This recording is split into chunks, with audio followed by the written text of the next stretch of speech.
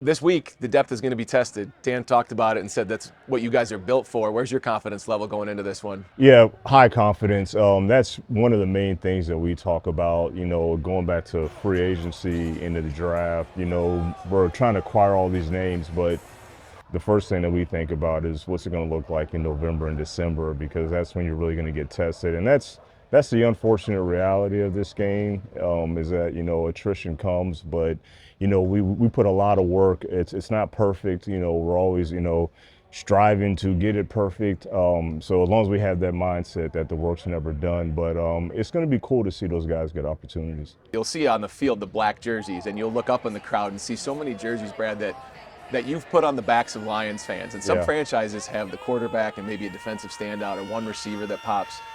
I think it's crazy. You guys put all the players up on the outside of Ford Field, and fans are arguing, why didn't you put Panay here? Why didn't you?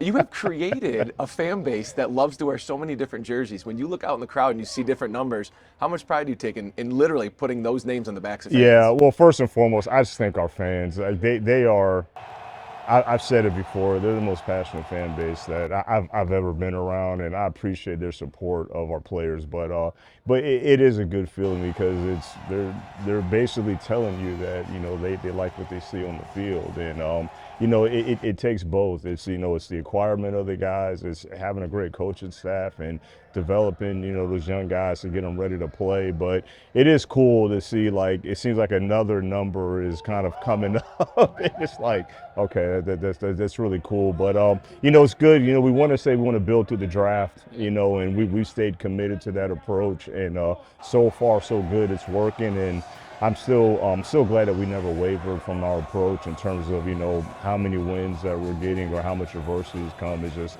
stay in the path and keep our team relatively young.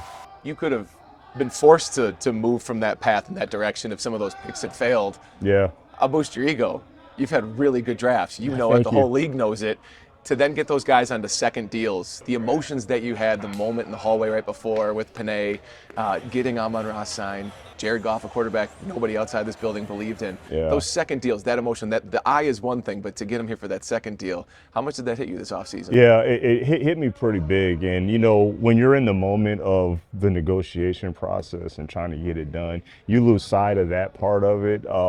But it's almost like, when you have children, it's like you want to get to that birth point, and then it's like so many emotions come around when your child's born. And when those guys earn those deals and earn those extensions, and everyone has a unique story. Jared has his own unique story. Panay's got his own unique story. Saint's got his unique story. So that's what makes it even more impactful and emotional. And just proud of them and proud of that. It just shows that, our organization is dedicated on rewarding the right guys and truly earning it. So I'm happy for them. But yeah, the emotional part, I feel like I'm so busy at times, I kind of look past it. But when it happens, it does hit you. The arranged marriage, right, between you and Dan, Yeah. nobody believes that's going to work. How can that work when the two men are handpicked from across the country and plopped down? We know the success of it all. We know the story of year one, you guys coming together. What's been the evolution of it from your shoes? He credits you with so much. Your day-to-day, we get to see Dan's day-to-day out in front of the cameras every day. Yeah. What's the day-to-day that you're doing behind the scenes that kind of you've run and done your own thing? Because you're not doing everything together. Yeah, I mean, I will say, I've always said from day one, incredibly blessed, incredibly fortunate to be in this position to work with Dan. Is that, obviously it's been a privilege because we saw so much eye to eye, right out the back. But, with any good relationship, it's even more trust and even better trust. And then now it's, we're anticipating each other's thoughts and, even over communicating, still doing it the right way. But it's been awesome. But, from a day-to-day standpoint, I just want to make sure that he's equipped with everything that he needs to make sure that the team is running at a high level. And it's a relentless pursuit, relentless climb. You have attrition and injuries and all that kind of stuff. So I just never want to let him down, and I never want to put him in a position that he feels shorthanded, and vice versa. He's always the one that whoever we have to play with, he's trying to squeeze every single drop of ability out of every single player, and it just works. And neither one of us, we don't care about, credit and egos and any of that kind of stuff. And because, I think all of us have seen countless times where that stuff can bring things down. And so I just give a lot of credit to our ownership and, them making the marriage work and getting the right people. Some people would have taken that answer and used it as this platform to be NFL Executive of the Year. You don't care though, do you? No, I don't.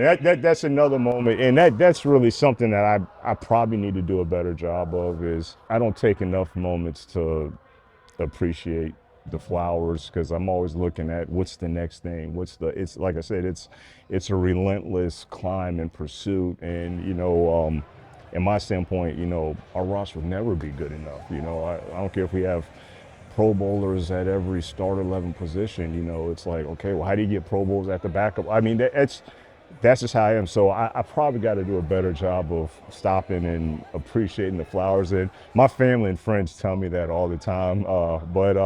But it's humbling to get that recognition for sure. I think that's good leadership, and I think that's obviously how you're built. You wear the hat with grit on it. I mean, Yeah. you embody a city authentically that is built on that same moral, really. You've talked in the past about being an employee of the LA Rams but not living in LA. Yep. And what it means to move here, lead a franchise, and be in that community. Yeah. Just since the trip to the NFC Championship, getting that division win, how different has that experience been, living here and running a franchise in this community? Yeah, that's a great question, because I was very surprised of what the love and passion was when we first got here, and we weren't winning anything, and we go through a 3-13-1 season, and and the fans were never negative. They were still supportive the whole way. But now we got this. Now it's kind of blowing off, like the roof is blowing off now, and now it's overwhelming. But how can you complain about too much positivity or too much passion and too much love? So it's literally it's gotten better and better and better, and it was already good when we got here. But again, it's another one where I'm so focused on what I have to do, is that I probably I'm a little bit I don't know, I don't want to say blinded by it a little bit, but I try to stay focused. But it's been a great city. We love it here. It's the most passionate football fan base that I've ever been around, and this city is about what we're about.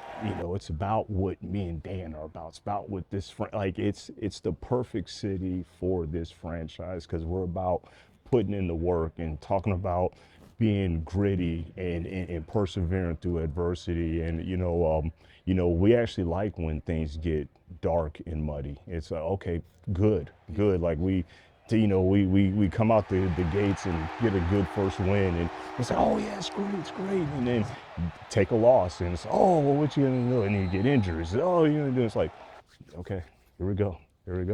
It's back in the mud now. It's good. Are there points where your kids are tugging on your shirt and going, why is everybody high-fiving you when we go out to dinner, Dad? That's starting to come. My kids are really young, and they're starting to see it more and more. And it's been an eye opener for me and my wife, because I think I said it maybe after the training camp that when we got here, I was just thinking I was going to be the behind the scenes guy. Like you mentioned behind the scenes earlier, and that's what I was thinking. I was like, I'll be behind the scenes, and and the head coach should be the face of the team. And so I was like, no one's going to know who I am. And me and my wife are very kind of low maintenance. We like to go out and grab wings somewhere and something like that. But it's been a lot more than what we expected. So we're getting used to it, but now our kids are starting to see, why is everybody stopping Dad? But they handle it well. They start giving high fives and all that. So again, like it's all positive. I do notice too, after wins, it's become a ritual. It just happens to be like a huge group of fans that gets bigger and bigger on the road, especially with Honolulu Blue in the stands. And you seem to always find them, whether you're seeking them out or not. Those moments are so raw and so real. It truly, like, it's nothing that I plan. And so now we expect the fans to show up how they do. Like in Arizona last week, it was just I've never even seen anything like that before.